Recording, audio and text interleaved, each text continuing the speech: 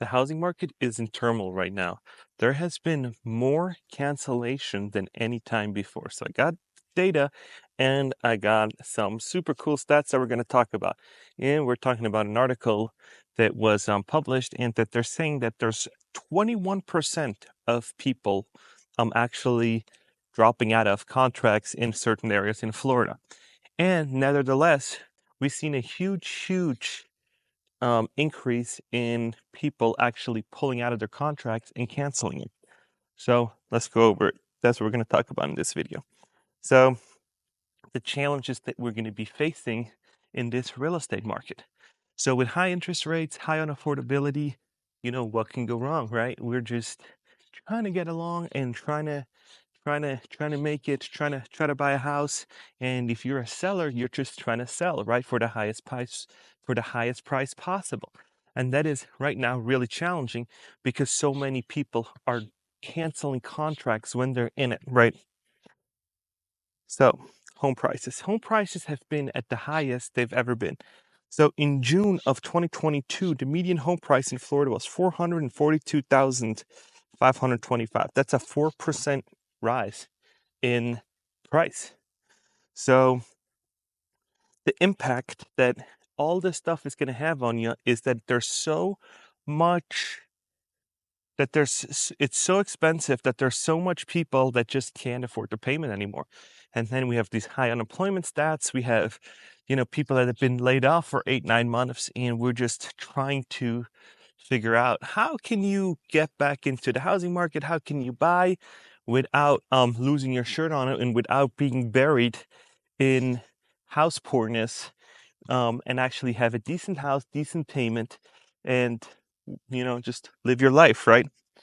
So affordability is a huge issue, right? So when you want to buy at these high interest rates at like 7% as they are right now, you really need to budget and figure out how much can you actually afford. Because if you cannot afford that much of a house price, then you should probably rent. Because I'd rather have you guys rent for a year or two and save up a little bit more money than actually buy. And I know people in the comment section are going to say, well, my mortgage would be the same amount as my rent would. Then rent.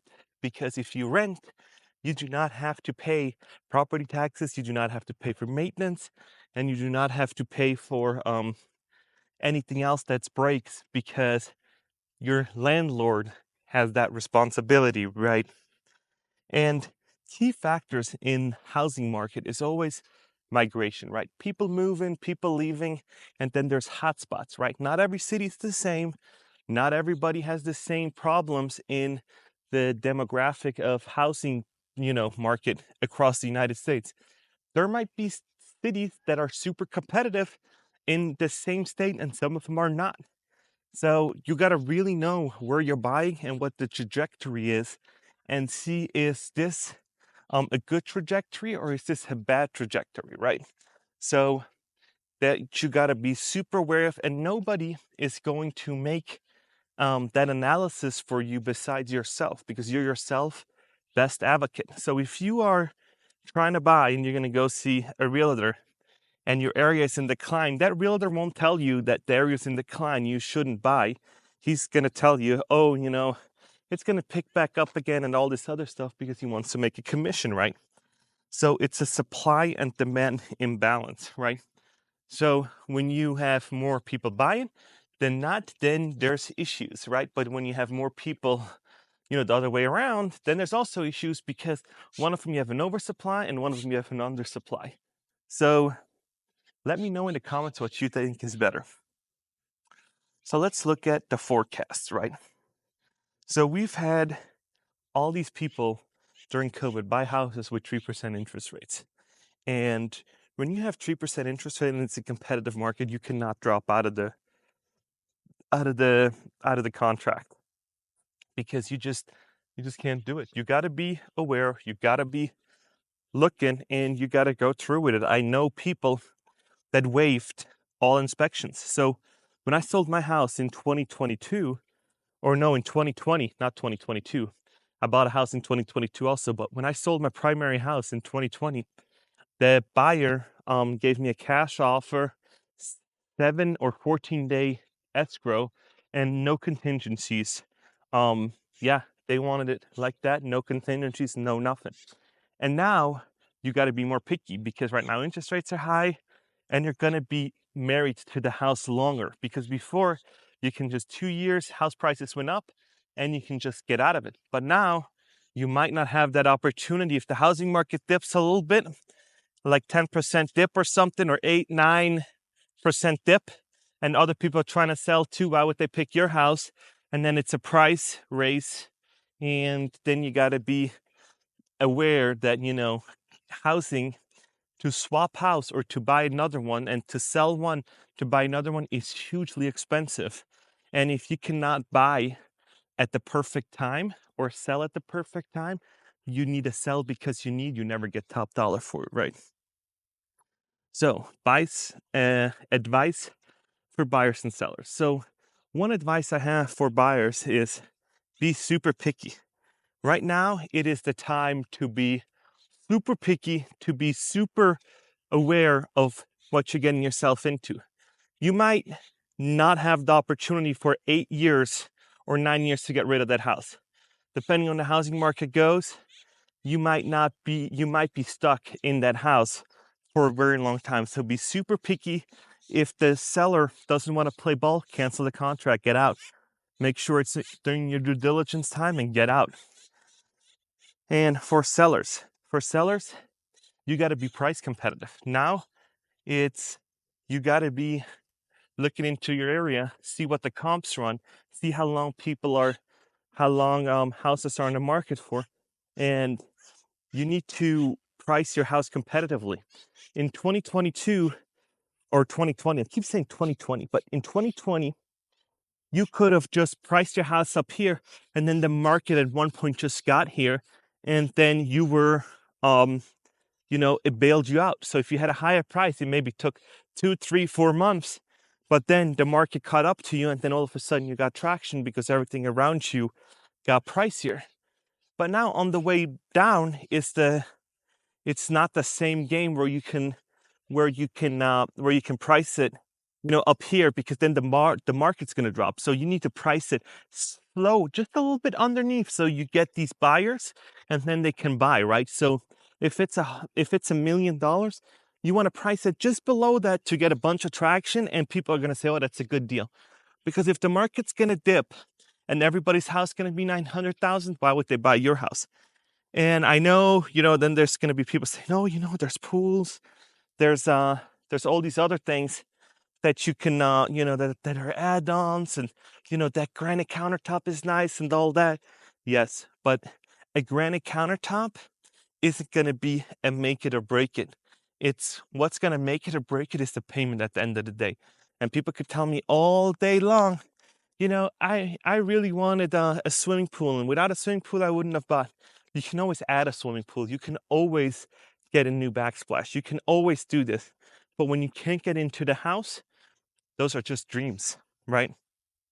So now let's go to viewer stories. So I've had people actually come in my comment section and been telling me that, they've paid off their house, they've been doing good, and they're trying to move to a more affordable area.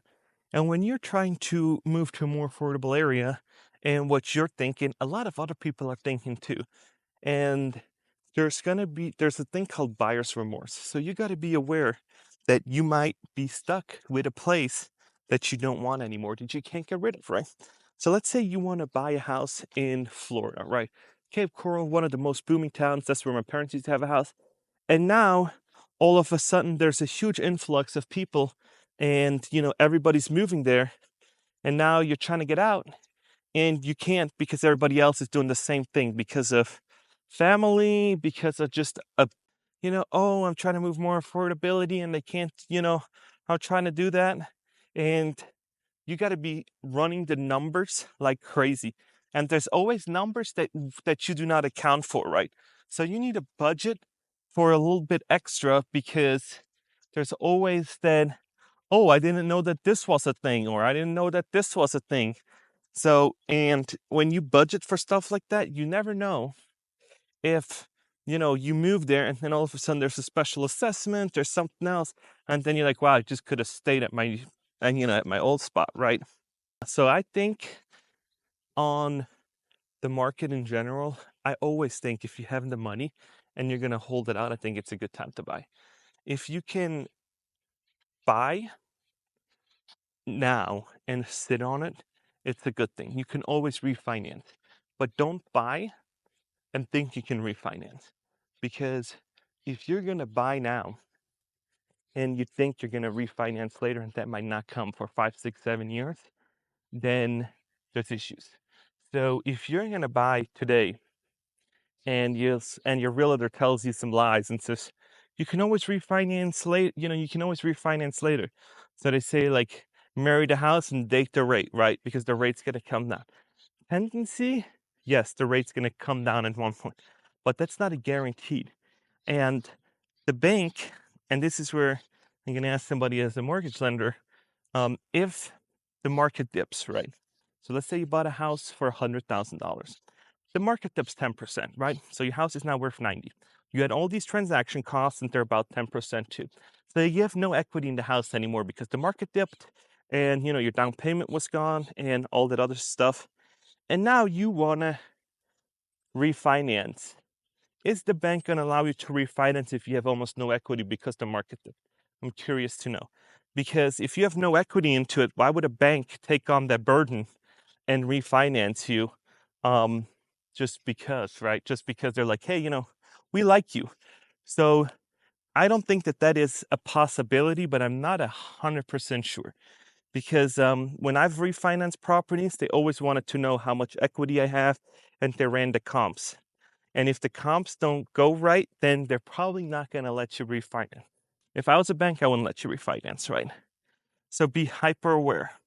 If you are buying right now and you're canceling contracts like left and right, good job, because you need to get your money's worth. You need to lowball, and get your money's worth, because there's so many houses on the market, and why pick that one? You can just say we're out.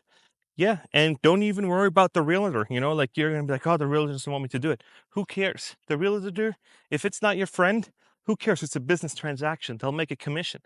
So you just say, nah, I don't like the smell of this house. And after the 13th day before the due diligence is over, I don't like the smell of it. Let's cancel. Good, get out.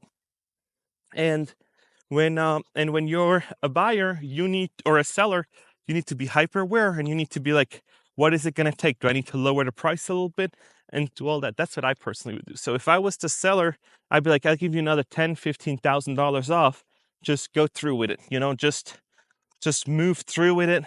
Let me sell it, because most of the time people already have accounted that money for something else. So they've bought another place, or they moved already and aren't in the house, and they're gonna they need the money, right?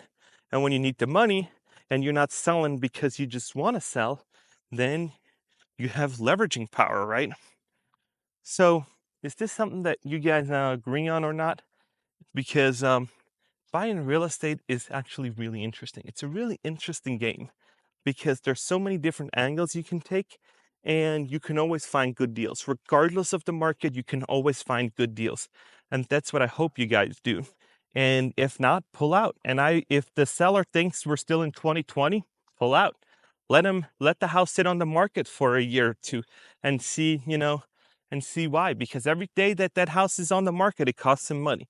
And a lot of people don't get that. A lot of sellers don't understand that if they get rid of the house today, they might save those few $1,000s in maintenance fees and all that, because who knows what's going to happen, right?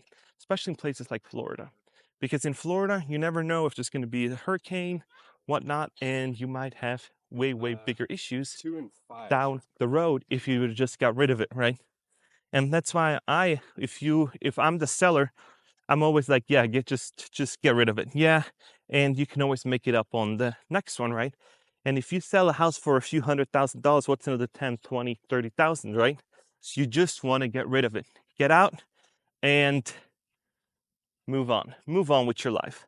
Make it up on the next one. So one of my philosophies, if I take a $20,000 loss, the new buyer is the new, like if you're the buyer and you're selling something else, you're going to pass it on. You're just going to pass it on. Hey, sorry. You can even have your agent say, hey, I just have both of your agents, the buying agent at the new place and the buying agent of the old place, talk to each other and say, hey, let's, I just got $20,000 less. I still want the same amount.